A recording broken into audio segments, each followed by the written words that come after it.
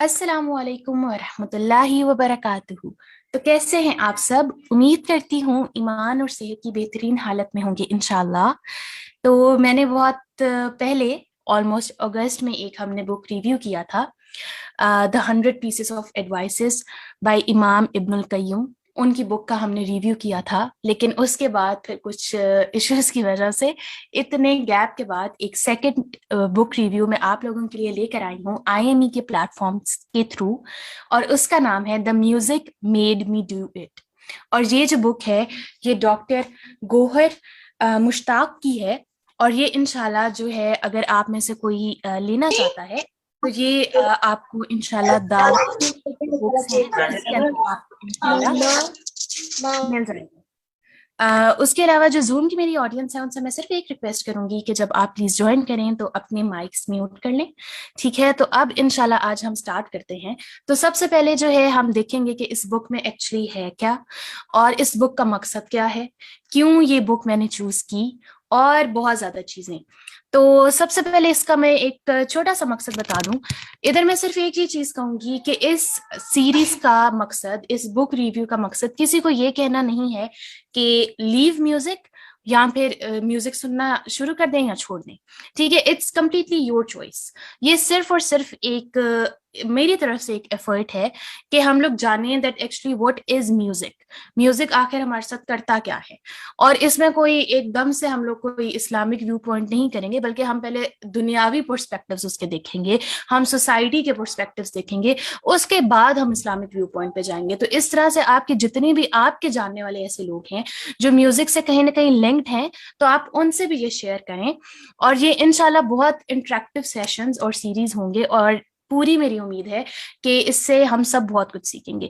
Furthermore ये है कि इसमें हम लोग बहुत फास्ट नहीं चलेंगे, हम लोग स्लो स्लो चलेंगे। जैसे लास्ट टाइम वो बुक रिव्यू जो था वो 10 डेज के अंदर कंप्लीट हुआ था, लेकिन ये वाला जो बुक रिव्यू है ये हो सकता है 1-2 महीने चले। क्यों? क्योंकि ये मैंने सेशंस के तौर पे प्रिपेयर किया है, सिर्फ एक बुक रिव्यू नहीं है ये। और इसमें जो है ये सर्वेज होंगे जो आप लोग पर्सनली अपनी तरफ से करेंगे, अपने आप को देखेंगे, अपनी सोसाइटी में देखेंगे कि क्या हो रहा है, कैसे हो रहा है, और उसको कैसे करना चाहिए। ठीक है, तो इंशाल्लाह अब हम बुक का आगाज करते हैं। मेरा नाम नूरुल अज़ाज़ेब है, और आईएमई प्लेटफॉर्म के थ्रू मैं बाकी जो अभी ऑडियंस आई है उन सबको भी वेलकम करती हूँ। और हम जो बुक रिव्यू स्टार्ट करने लगे हैं वो है the music made me do it by doctor Gohar Mushtaq.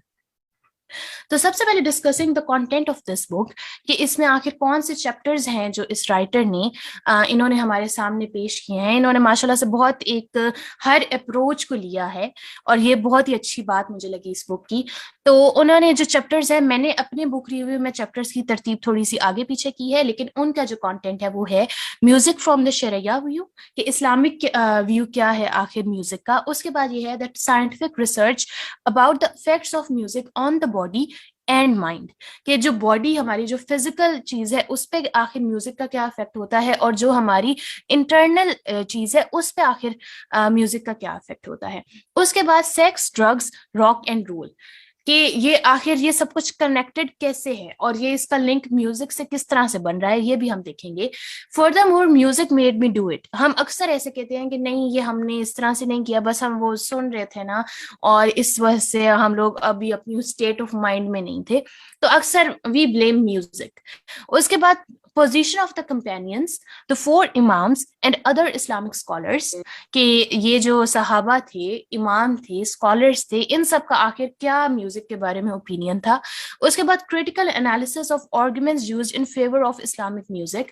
आपने ऐसे बहुत से आर्गुमेंट्स सुने होंगे कि नहीं म्यूजिक हलाल है, कुछ लोग कहते हैं दैट इट्स हलाल।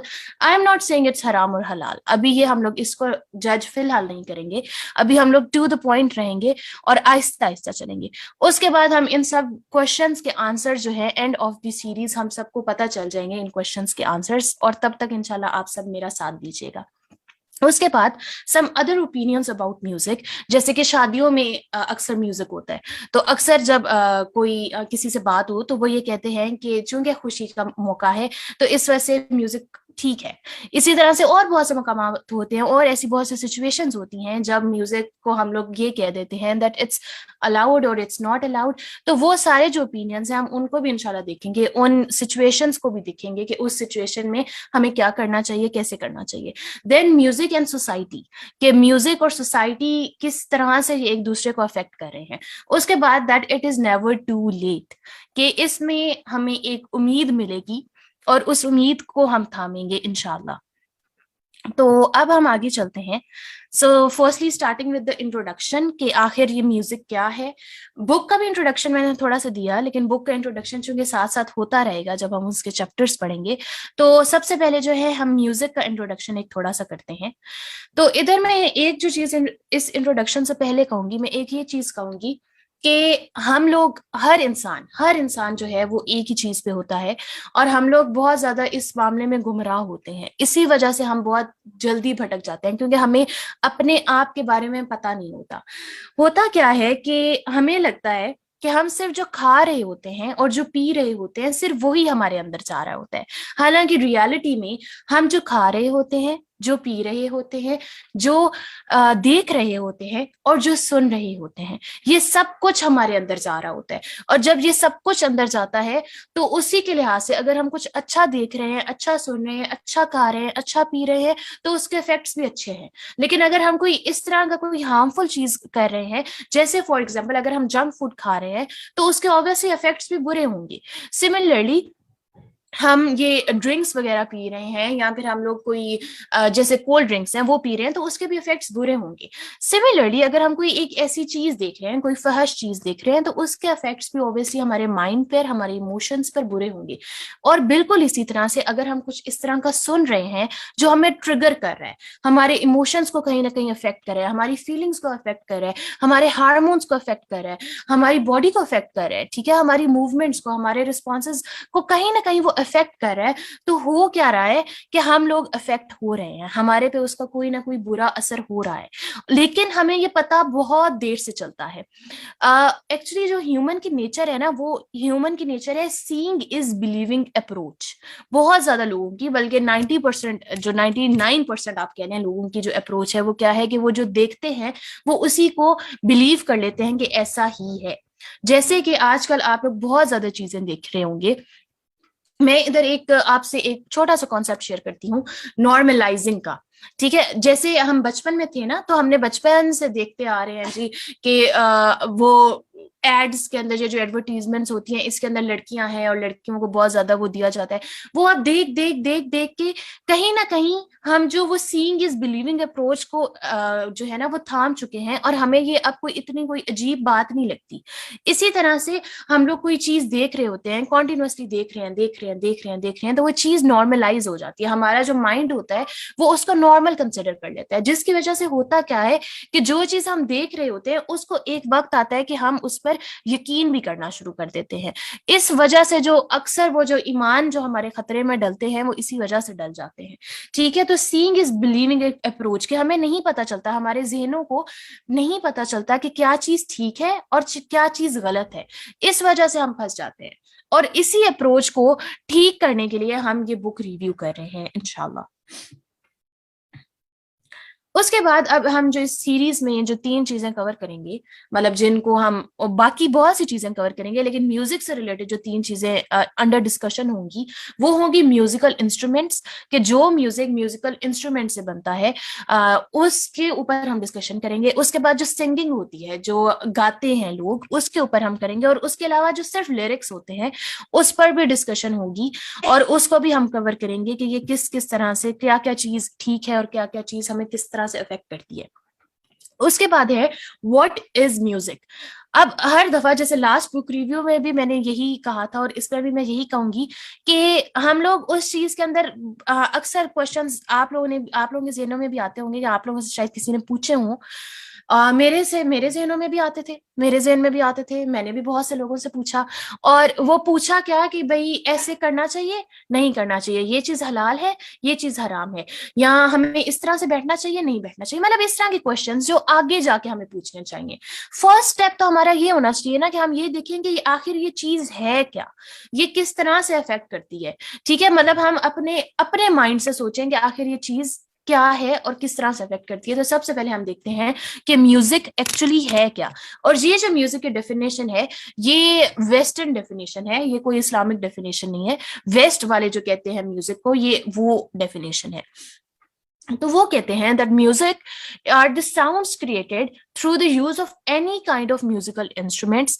ऐसे साउंड्स जो क्रिएट होते हैं किसी भी म्यूजिकल इंस्ट्रूमेंट्स की मदद से, which has or has not in it the element of singing. इसमें हो सकता है वो सिर्फ म्यूजिक हो, जैसे रिंगटोन्स वगैरह होती हैं, या फिर इसके अंदर ये भी हो सकता है कि उसमें गाना, मतलब गाना गाया भी जा रहा हो, लिरिक्स भी हो उसके अंदर। ठीक है, और साथ साथ क्या हो सकता है, इसमें डांसिंग भी हो सकती है, नाचना भी हो सकता है।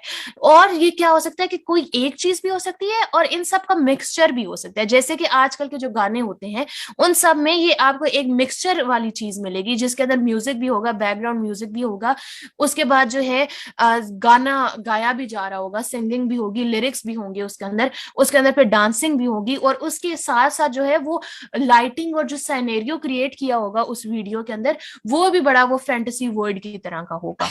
ठीक है, उसके बाद क्या है, the music of today is based on themes of sexual love. ठीक है, ये जो आजकल का जो म्यूजिक है ना, उसकी जो एक्चुअली वो थीम है क्या, वो क्या है, वो जो प्यार मोहब्बत, एक ऐसा जो फैंटेसी प्यार मोहब्बत होती है ना, जो जहनों में चल रही होती है, हीरो हीरोइन, वो वाला इसके अंदर एक एलिमेंट होता है म्यूजिक में, आजकल के गानों के अंदर। उसके बाद फॉर्निकेशन, इमोरैलिटी, सेडक्शन, ड्रग्स, इंडिसेंसी, फिर वर्ल्डली डिजायर्स, पैसा वगैरह। और इस तरह के आप, या मतलब अगर आप में से कोई सुनता है या आपने कभी सुने हो, या आपके इर्द गिर्द आपने बाजारों में गए हैं या इस तरह से आपने कभी सुने हो या कभी गलती से देख लिया हो, अगर देख भी लिया तो चले, वो कोई बात नहीं, उसको भी हम इंशाल्लाह कर लेंगे, आहिस्ता आहिस्ता हम लोग एक अच्छी अप्रोच पे जाएंगे, और गलतियां तो हर इंसान करता है। ठीक है, तो अब जो है आप लोग उस साइनेरियो को, इस किसी वीडियो को अपने जहन के अंदर थोड़ा सा लाएं, तो आपको ये सारे एलिमेंट्स उसमें मिलेंगे। ठीक है, इसमें ये प्यार मोहब्बत की बातें, जैसे वो अक्सर आपको लिरिक्स होते हैं जिसमें क्या होता है कि वो महबूब की बड़ी बातें होती हैं। ठीक है, जिसमें ये आंखों की, जिन नजरों का तीर चल गए। हालांकि अगर हम इस्लामिक व्यू पॉइंट से देखें तो नजर जो है, जो नजर का तीर है, ये एक्चुअली क्या है, ये शैतानों के तीरों में से एक तीर है। ठीक है, इसी तरह से आपको इसमें ऐसे भी इवन लिरिक्स मिलेंगे जिसके अंदर कहा हो जाएगा कि भाई मैं अपने महबूब को कोई सजदा कर रही हूँ और कर रहा हूँ, इस तरह के भी लिरिक्स, जो कि अगर हम अपने इस्लाम के अकॉर्डिंगली देखें तो ये शिर्क के अंदर आते हैं। ठीक है, तो इस तरह की वर्डिंग्स भी यूज हुई होती हैं। ठीक है, इसी तरह से इमोरैलिटी के इवन कुछ ऐसे गाने होते हैं जिसमें ये गालियां वगैरह, इस तरह की कोई बहुत इनडिसेंट बातें भी हुई होती हैं। ठीक है, तो इस वजह से अगर आप वो उस सिनेरियो को लेकर आए अपने जहन के अंदर, तो आपको पता चलेगा कि म्यूजिक एक्चुअली किस चीजों में बना होता है, कौन सी चीजें हैं जो हम लोग देख रहे होते हैं, सुन रहे होते हैं, हमारे इर्द गिर्द के बहन भाई देख रहे होते हैं, हमारी फ्रेंड्स देख रहे होते हैं, और जिसको हम लोग बहुत नॉर्मल समझते हैं कि क्या है भाई, हम इंटरटेनमेंट ही तो ले रहे हैं, सिर्फ सुन ही तो रहे हैं। हालांकि ये सिर्फ सुन नहीं रहे, हम देख रहे हैं, सुन रहे हैं, और क्या सुन रहे हैं, क्या देख रहे हैं, ये हम सोचते ही नहीं है। उसके बाद जो कुछ थियरीज हैं अबाउट म्यूजिक, ये मैंने इस वजह से इधर लिखी हैं कि वो अक्सर जो लोग होते हैं जो अक्सर सुनते हैं, तो वो एक बड़ा क्वेश्चन रेज करते हैं कि नहीं, जो म्यूजिक है वो, उससे सोल को सुकून मिलता है, हमारी रूह को सुकून मिलता है, हमारी रूह जो है वो सेटिस्फाई होती है, हमें सुकून मिलता है। ठीक है, तो आप ये देखें कि ये जो एक डार्विन है, उन्होंने एक थ्योरी पेश की और उन्होंने कहा कि ये जो म्यूजिक डेवलप हुआ था, क्यों डेवलप हुआ था, to attract the opposite gender. Opposite gender को अट्रैक्ट करने के लिए म्यूजिक को डेवलप किया गया था। उसके बाद एक बहुत बात हमें सुनने को मिलती है, that music is a gift that is soul searching and soul satisfying. तो ये क्वेश्चन आप लोगों के लिए फिलहाल है, इसका आंसर हम एंड तक पा लेंगे, that is it soul satisfying, क्या म्यूजिक सोल सेटिस्फाइंग है? क्या ये हमारी रूह को तस्कीन पहुंचाता है? सच में पहुंचाता है? अगर ऐसा है तो आप अपनी सेलिब्रिटीज को देखें, उसके अलावा ये जो म्यूजिक सिंगर्स होते हैं, ये जो म्यूजिशियंस होते हैं, ये डिप्रेशन के पेशेंट्स क्यों होते हैं? अगर ये सोल सेटिस्फाइंग है तो why they are the patients of depression? Why इनको एंजाइटी अटैक्स बहुत ज्यादा होते हैं? मतलब बाकी नॉर्मल रूटीन में भी लोगों को होते हैं, मैं ये नहीं कह रही उन्हें नहीं होते, लेकिन ये जो लोग होते हैं इनका जो वो रीच है वो थोड़ी सी ज्यादा है, ठीक है? मतलब इन लोगों में ज्यादा होती है, ये थोड़े से लोनलीनेस का शिकार होते हैं। अभी आपने रिसेंटली काफी ज्यादा सेलिब्रिटीज का सुना होगा कि उन्होंने सुसाइड कर लिया, ठीक है, वो ड्रग्स पर हैं। मतलब आप अक्सर सेलिब्रिटीज को देखेंगे ना तो वो सिर्फ एक एडिक्शन नहीं होगी, वो 2 3 4 5 एडिक्शन होंगी, ठीक है? वो अजीब से वो स्क्रीन पर तो वो बहुत ज्यादा वो एक फेमस फेमस से वो लग रहे होते हैं और बड़े पुरसुकून उनकी जिंदगी और बड़ी लग्जरी टाइप ऑफ लाइफ दिखाई गई होती है, लेकिन एक्चुअली जब आप उनकी रियल पर्सनल लाइफ को देखें तो वो जी उनके फैमिली इश्यूज हैं, वो डिप्रेशन के पेशेंट हैं, वो एंग्जाइटी उनमें है, उसके अलावा वो बहुत ज्यादा परेशान हैं और अजीब से सिनेरियो। तब अगर ये म्यूजिक इतना सोल सेटिस्फाइंग है तो वो क्यों इन सब चीजों का शिकार है? उन्हें तो फिर होना ही नहीं चाहिए, वो तो बिल्कुल परफेक्ट होने चाहिए। उसके बाद क्या ये म्यूजिक हमारी सोल को डिस्ट्रैक्ट करता है या सच में सेटिस्फाई करता है? तो ये क्वेश्चन आप लोगों के लिए है कि आपने इस पर थोड़ा सा सोचना है और इसको इंशाल्लाह हम लोग आगे डिस्कस भी करेंगे इस क्वेश्चन को। उसके बाद जो है हम लोग ऑफिशियली बुक पर आते हैं, और बुक में जो आज हम स्टार्ट करेंगे वो है scientific research about the effects of music on body, कि बॉडी पे जो इफेक्ट्स ऑफ म्यूजिक होते हैं, बॉडी के अंदर इसमें हार्मोन्स की बात भी होगी, इमोशंस की बात भी होगी, फीलिंग्स की बात भी होगी, सिमिलरली इसमें हार्ट की, बॉडी ऑर्गन्स की, फिजिकल हमारी जो बॉडी है, हर चीज की हम लोग इस पे इंशाल्लाह बात करेंगे, लेकिन आहिस्ता आहिस्ता करेंगे, एक साथ सब कुछ नहीं करेंगे। हर लेक्चर में थोड़ा थोड़ा सा करेंगे इंशाल्लाह। तो सबसे पहले हम आते हैं रिदम पर, कि रिदम एक्चुअली क्या है। जो म्यूजिक का जो एक मेन एलिमेंट है वो है रिदम। तो रिदम क्या है? Rhythm is the movement of और variation characterized by the regular recurrence of different sounds.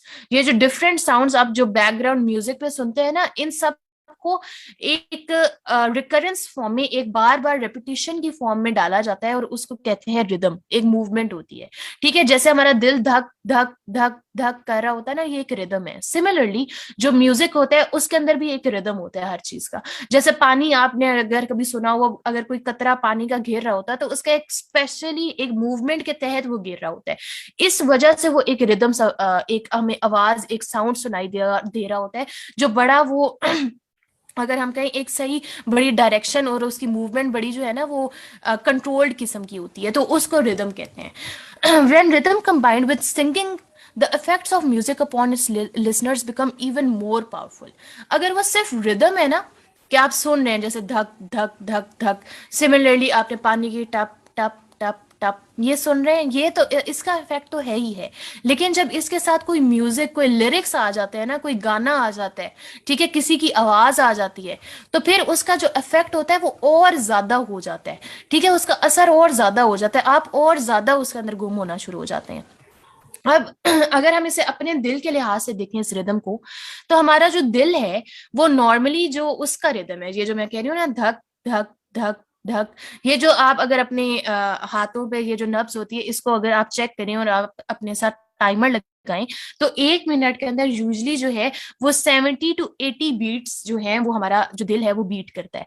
और एक्चुअली होता क्या है, अब इधर जो वो हमारे मतलब की बात है, वो बात क्या है कि ये जो म्यूजिक है, ये जो रिदम है, वो भी एग्जैक्टली इसी टेम्पो पे या इससे कुछ थोड़ा सा ऊपर नीचे जो है उसका रिदम बनाया जाता है। इस वजह से हम लोग बहुत ज्यादा इफेक्ट होते हैं। आपने देखा होगा कि हमारे जो मूड्स हैं, अगर आपने कभी कोई सैड सॉन्ग सुन रहे हैं तो आप फौरन से सैड स्टेट में चले जाएंगे। आप कोई वो हिप हॉप किस्म का, कोई रॉक एंड रोल किस्म का कोई म्यूजिक सुन रहे हैं तो आप फौरन से जो है वो सही उस तरह से एनर्जी वाली स्टेट के अंदर, हैप्पी हैप्पी स्टेट के अंदर चले जाएंगे। वो शादियों में वो जो मेहंदियों पे यूजली जो गाने होते हैं, ठीक है, तो उसमें क्या होता है, हम उस स्टेट में जो खुशी खुशी वाली स्टेट में चले जाते हैं।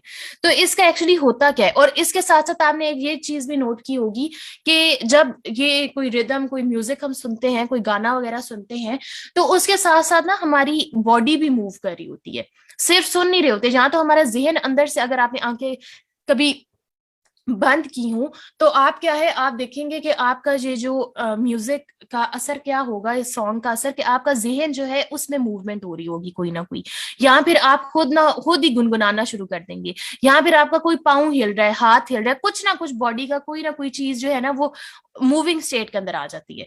क्यों? क्योंकि ये जो बॉडी के हमारे रिदम्स हैं, जो हमारे दिल के रिदम्स हैं, म्यूजिक बिल्कुल उन्हीं रिदम्स के ऊपर होता है, इसी वजह से हमारी बॉडी डिफ्रेंशिएट नहीं कर पाती, और वो फिर उस रिदम के अकॉर्डिंगली जो है वो मूवमेंट स्टार्ट कर देती है।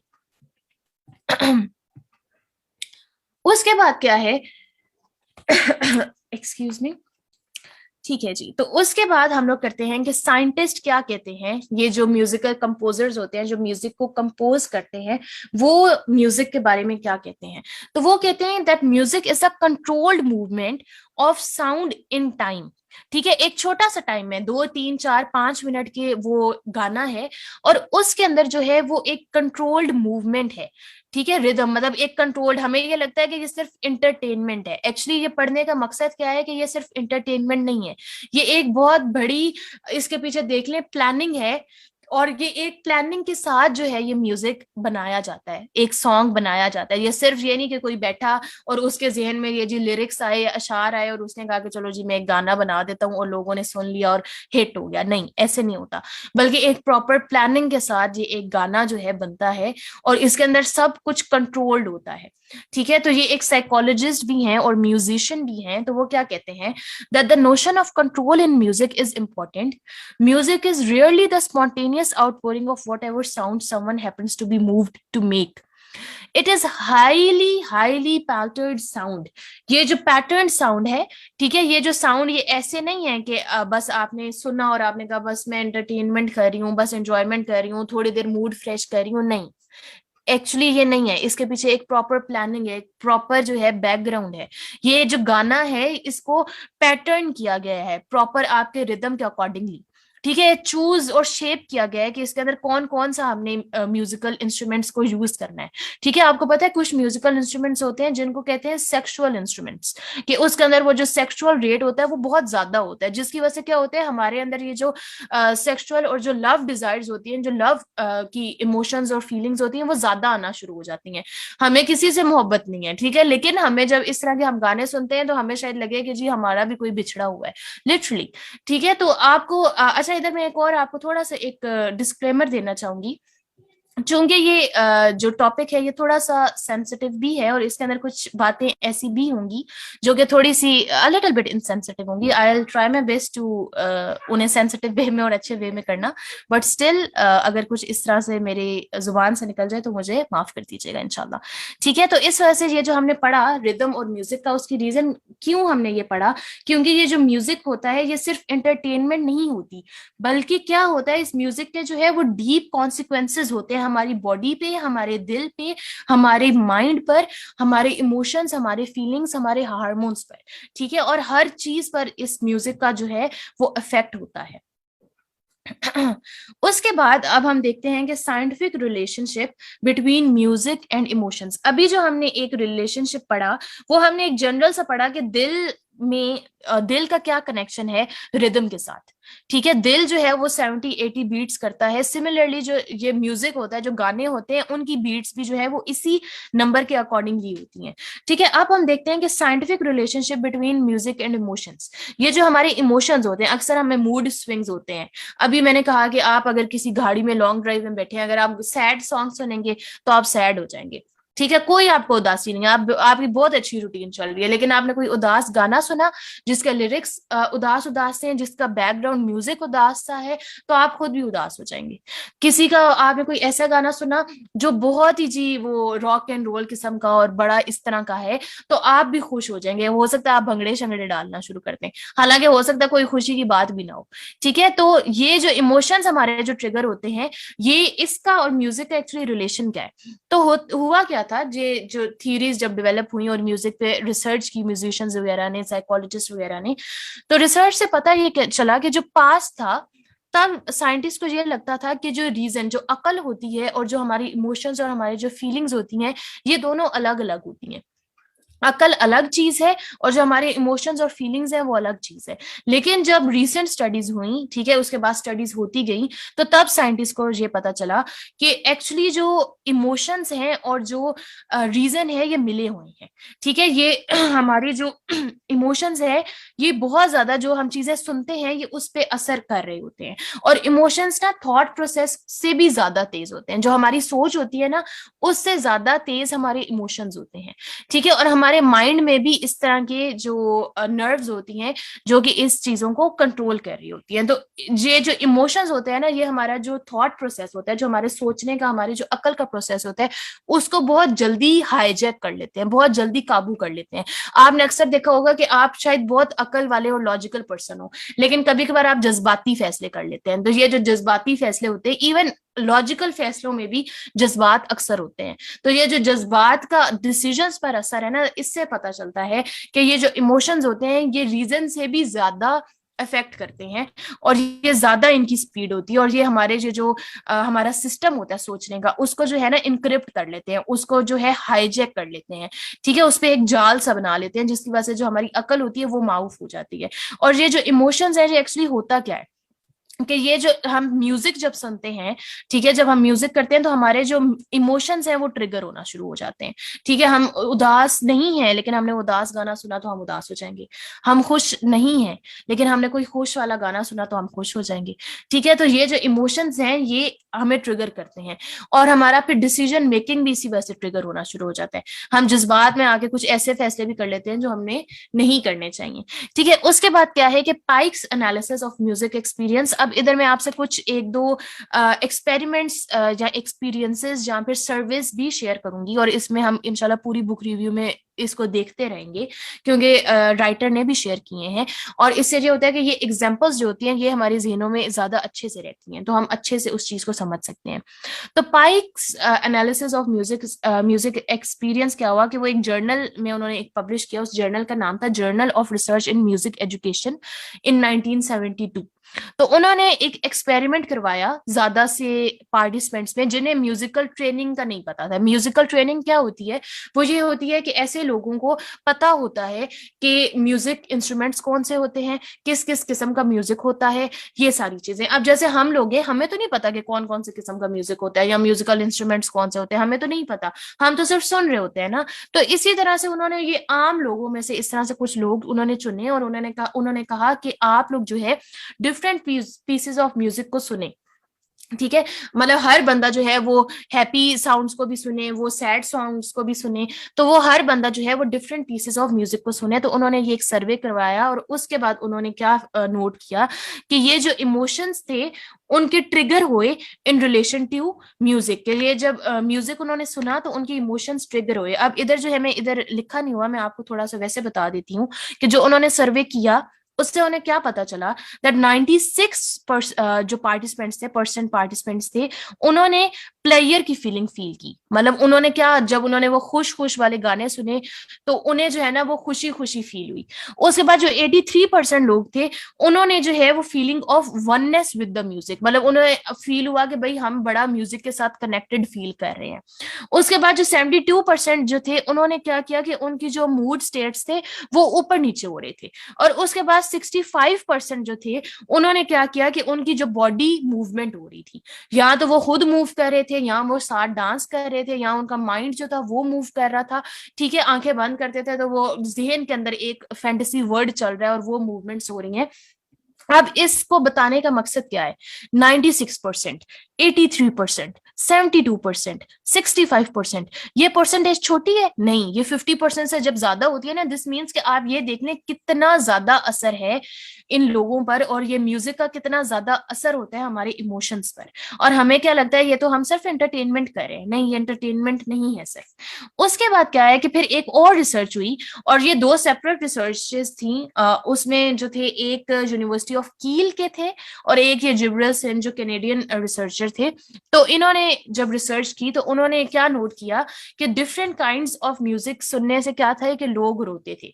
अब ये जो लोग रो रहे थे एक्चुअली क्या कि या तो उन्होंने कोई बहुत ही खुशी वाले गाने सुन लिए उस वजह से, या फिर अगर कोई बहुत अक्सर सैड सॉन्ग्स होते हैं, अक्सर ऐसे भी होता है कि हाँ, एक तो मैंने आपको ये स्टेट बताई, आप सैड नहीं थे लेकिन आपने सैड गाना सुना और आप दुखी हो गए।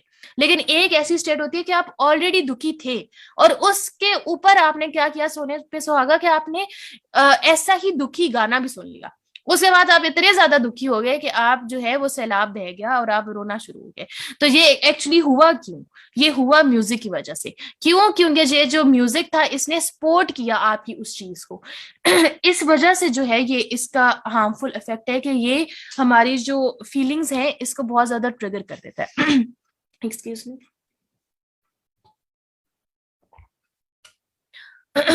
जी, तो उसके बाद अब हम नेक्स्ट क्या एक और चीज देखते हैं, ईएमजी, जो इधर डॉक्टर्स वगैरह बैठे होंगे उनको इंशाल्लाह जरूर इसका पता होगा। ठीक है, तो क्या हुआ कि स्टडीज ने ना, ये साइंटिस्ट ने बहुत इस पर रिसर्च किया। जे जब मैं रीड करी थी आई गॉट टू नो कि बहुत ही ज्यादा रिसर्च इस पे हुई है म्यूजिक पे भी।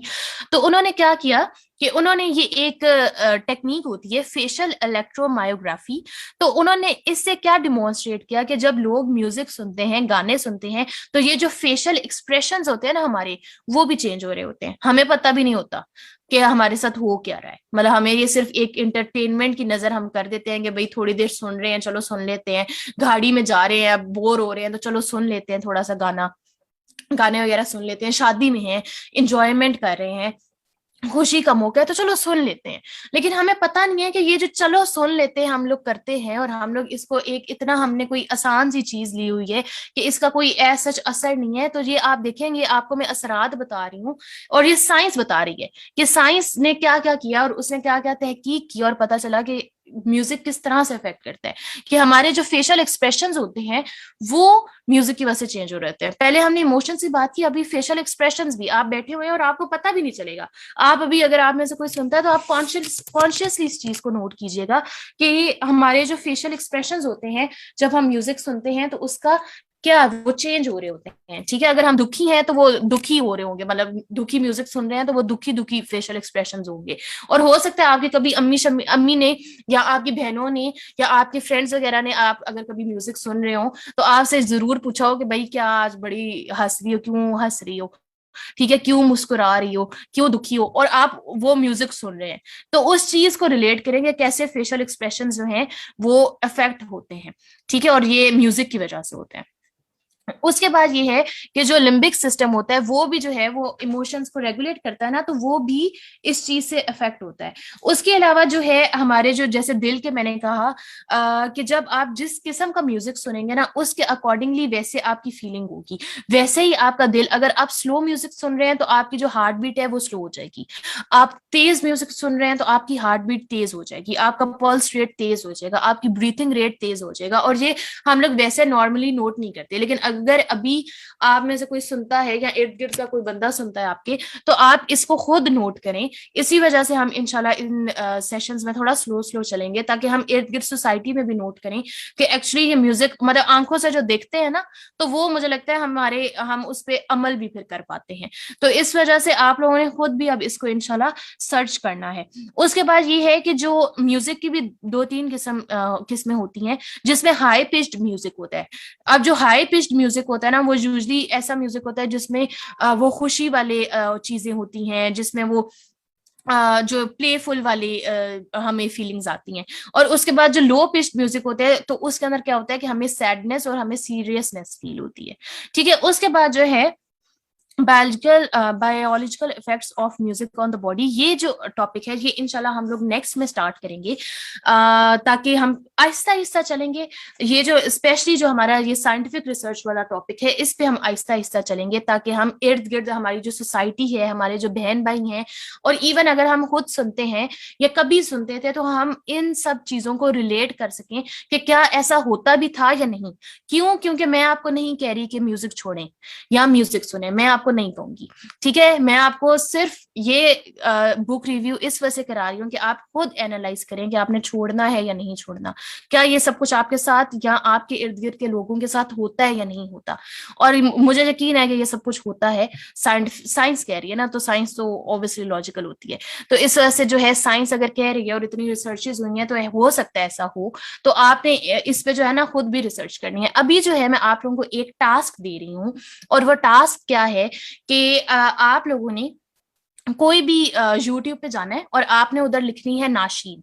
आप म्यूजिक नहीं सुनेंगे, ठीक है, आप कोई नाशीद सुन सकते हैं या आप रेसिटेशन ऑफ कुरान सुन सकते हैं, ठीक है, जो विदाउट म्यूजिक हो। और उसको आपने 8D के अंदर सुनना है, 8, ठीक है, और उसके बाद डी, आपको पता होगा 8D जैसे 3D 4D होता है ना, वैसे ही 8D के अंदर आपने रेसिटेशन ऑफ कुरान, बेशक सूरह रहमान की रेसिटेशन सुनने, बेशक जो है आप वो क्या कहते हैं कोई नाशीद सुन लें जो कि विदाउट म्यूजिक हो, ठीक है, ओनली वोकल्स वाली, म्यूजिक नहीं सुनेंगे आप, ये सुनेंगे लेकिन 8D के अंदर सुनेंगे। और आप सुनेंगे उसे कैसे कि आप लेटेंगे और उसके बाद आप हैंड्स फ्री लगाएंगे और आप आंखें बंद करके उसे सुनेंगे। उसके बाद ना आप एक पैटर्न अपने जहन के अंदर फील करेंगे, कुछ एक अजीब सी कुछ चीज आपको अपने जहन के अंदर फील होगी। इसका मकसद क्या है, ऑब्वियसली रेसिटेशन के अंदर कोई भी खुदा ना ऐसा कोई ऐसा म्यूजिक वगैरह नहीं होता। सिमिलरली जो है ये नाशीद जो मैं आपको कह रही हूँ उसमें भी म्यूजिक वगैरह नहीं होगा। लेकिन इसका मकसद क्या है इसका करवाने का, कि आपको ये पता चले कि किस किस टेक्निक से हमारे जहन को इनक्रिप्ट किया जाता है, हमारा जहन किस तरह से, मतलब वो एक आप छोटा सा कुछ सुन रहे हैं, ठीक है, आप रेसिटेशन सुन रहे हैं या आप ये यूट्यूब पे कोई चीज सुन रहे हैं, किसी ने ये एक टेक्निक इजाद की 8D वाली, आपने हैंड्स फ्री लगाए, आपने आंखें बंद की और आपने उसको सुना, तो आपका जहन उसके इशारे पे चल रहा है, आपके अपने कंट्रोल में नहीं है। तो आपने एक्चुअली इस चीज को नोट करना है। तो ये कल के सेशन से पहले आप लोगों की टास्क है जो आप लोगों ने इंशाल्लाह करनी है। उसके अलावा जो है अब हम इस सेशन का इख्तिताम करेंगे। आपके कोई क्वेश्चंस हैं तो आप लोग जरूर पूछ सकते हैं। सबसे पहले जो है मैं FB पे इंशाल्लाह देखती हूँ ताकि अगर कोई क्वेश्चंस हैं तो मैं वहां से ले लूँ और उसके बाद इंशाल्लाह मैं वहां से डिस्कनेक्ट कर दूंगी। इसके अलावा जो जूम पे ऑडियंस है वो क्वेश्चन जो है वो पूछ सकती हैं, तो उनसे भी फिर मैं क्वेश्चन जो है वो ले लेती हूँ। ठीक है, मेरे पास शायद इधर कमेंट्स FB पे शो नहीं हो रहे, तो आप में से जो अगर जूम वाले लोग हैं तो वो इंशाल्लाह जरूर पूछ सकते हैं। अच्छा, इधर एक ये क्वेश्चन पूछा गया था कि ये कब हो गए सेशंस, तो ये जो सेशंस हैं ये वेडनेसडे टू सैटरडे इसी टाइम हुआ करेंगे, 8 से लेकर 8 PM ऑनवर्ड्स इंशाल्लाह, ठीक है, लेकिन छोटे छोटे हुआ करेंगे तो इस वजह से। उसके अलावा ये है कि जो टास्क आप कह रहे हैं कि ये आपको टास्क समझ नहीं आई, टास्क आपने ये करना है कि आपने यूट्यूब पर जाना है, उधर आपने कोई भी रेसिटेशन किसी भी सूरा की या फिर कोई भी आपने जो अरेबिक नाशीद होती है ना, NASHEED, ठीक है, नाशीद आपने लिखनी है और उसके साथ आपने लिखना है कि नाशीद 8D, 8 जैसे 2D 3D 4D हम पढ़ते हैं ना डायमेंशंस, इसी तरह से आपने लिखना है 8D। और उसके बाद जो है आपने उसको उस पे हैंड्स फ्री लगाने हैं अपने मोबाइल पे और आंखें बंद करके आपने उसको एक दफा सुनना है। जब आप सुनेंगे तो आपको अगली जो चीज जो मैं चाह रही हूँ आप सुने, आपको वो चीज पता चल जाएगी जो मैं आपको एक्चुअली सुनाना चाह रही हूँ। मैं वो सुनाना नहीं चाह रही, मैं वो एक पैटर्न आपको बताना चाह रही हूँ कि ये जो टेक्निक्स होती हैं ये किस तरह से हमारे माइंड को इनक्रिप्ट कर लेती हैं और किस तरह से जो माइंड हमारे काबू में नहीं रहता और माइंड उस सब पे चला चला जाता है। उसके अलावा जो है अभी आप लोगों ने इधर एक क्वेश्चन है कि स्कॉलर्स का बताएं और सब कुछ, तो इधर मैं आप लोगों से ये जरूर कहूंगी कि आपको इन सीरीज में थोड़ा सा तहम्मुल रखना पड़ेगा। स्टार्ट के जो हमारे 3-4 सेशंस होंगे उसमें हम कोई भी इस्लामिक बात नहीं करेंगे। उसकी रीजन ये है कि हम सब पहले साइंस को देख लें, क्योंकि आजकल का जो जमाना है वो बहुत मटेरियलिस्टिक जमाना है, वो जो है ना लॉजिकल सा जमाना है, लॉजिक मांग रहा होता है, ठीक है। जरूरी नहीं है आप लोग म्यूजिक सुन रहे हो, लेकिन हो सकता है आपके इर्द गिर्द कोई म्यूजिक सुन रहा हो और आपने उसे समझाना हो कि म्यूजिक हमें सुनना चाहिए या नहीं सुनना चाहिए। तो जब आप उसको समझाएंगे तो हो सकता है वो इस्लामिक बात को ज्यादा ना सुनना पसंद करे, ऐसे भी कभी कभार हो जाता है ना। तो इस वजह से साइंस का भी हमें पता होना चाहिए। तो पहले हम ऐसे चलेंगे और इंशाल्लाह उसके बाद हम लोग स्कॉलर्स पर भी आएंगे, हम इस्लामिक व्यू पॉइंट को भी डिस्कस करेंगे, हम हर चीज को डिस्कस करेंगे लेकिन आहिस्ता आहिस्ता चलेंगे, ठीक है। उसके बाद नाशीद 8D लाइक दिस, बिल्कुल सुमेरा अदरीस इसी तरह से आप लिखेंगी इंशाल्लाह, तो आपको जो है वो उधर मिल जाएंगी, या आप रेसिटेशन भी लिख सकती हैं। ठीक है, मेरे पास ये FB के भी अल्हम्दुलिल्लाह कमेंट्स आ गए हैं। तो वालेकुम अस्सलाम वरहमतुल्लाहि वबरकातुहू जिन्होंने कहा है। उसके बाद जूम लिंक कहाँ से मिलेगा, ये आप मैसेज कर सकती हैं, तो आपको इंशाल्लाह दे दिया जाएगा। उसके बाद बिल्कुल कुरान ही सिर्फ हमें सेटिस्फाई करता है हमारी सोल को। लेकिन जो आप लोगों ने, एक आप लोगों के लिए क्वेश्चन है, और इस क्वेश्चन को आप लोगों ने सर्च भी करना है कि क्या म्यूजिक हमें सेटिस्फाई करता है या नहीं करता। हो सकता है करता हो, ठीक है, और हो सकता है ना भी करता हो, लेकिन इसका हमने जो है क्वेश्चन का आंसर जो है वो फाइंड करना है। ठीक है, तो अल्हम्दुलिल्लाह जितने भी कमेंट्स थे वो मैंने पढ़ लिए हैं अल्हम्दुलिल्लाह। ठीक है, तो हम अब इस सेशन का इख्तिताम करते हैं। कल इसी टाइम पे इंशाल्लाह हम लोग फिर से मिलेंगे 8 PM ऑनवर्ड्स, और हम जो नेक्स्ट टॉपिक है biological effect of music on body, और इससे जो नेक्स्ट टॉपिक है जो कि इफेक्ट ऑन माइंड होगा, और फिर इफेक्ट ऑन हमारे सेक्सुअल डिजायर्स, और इफेक्ट ऑन और हार्मोन्स और फीलिंग्स, हम उन सबको इंशाल्लाह कल के लेक्चर में कवर करने की कोशिश करेंगे। तो टास्क आप सब इंशाल्लाह जरूर करके आएंगे, ताकि हम लोग इसको और भी इंटरेक्टिव बना सकें। तो तब तक के लिए अस्सलाम वालेकुम वरहमतुल्लाहि वबरकातुहू। वालेकुम अस्सलाम वरहमतुल्लाहि वबरकातुहू।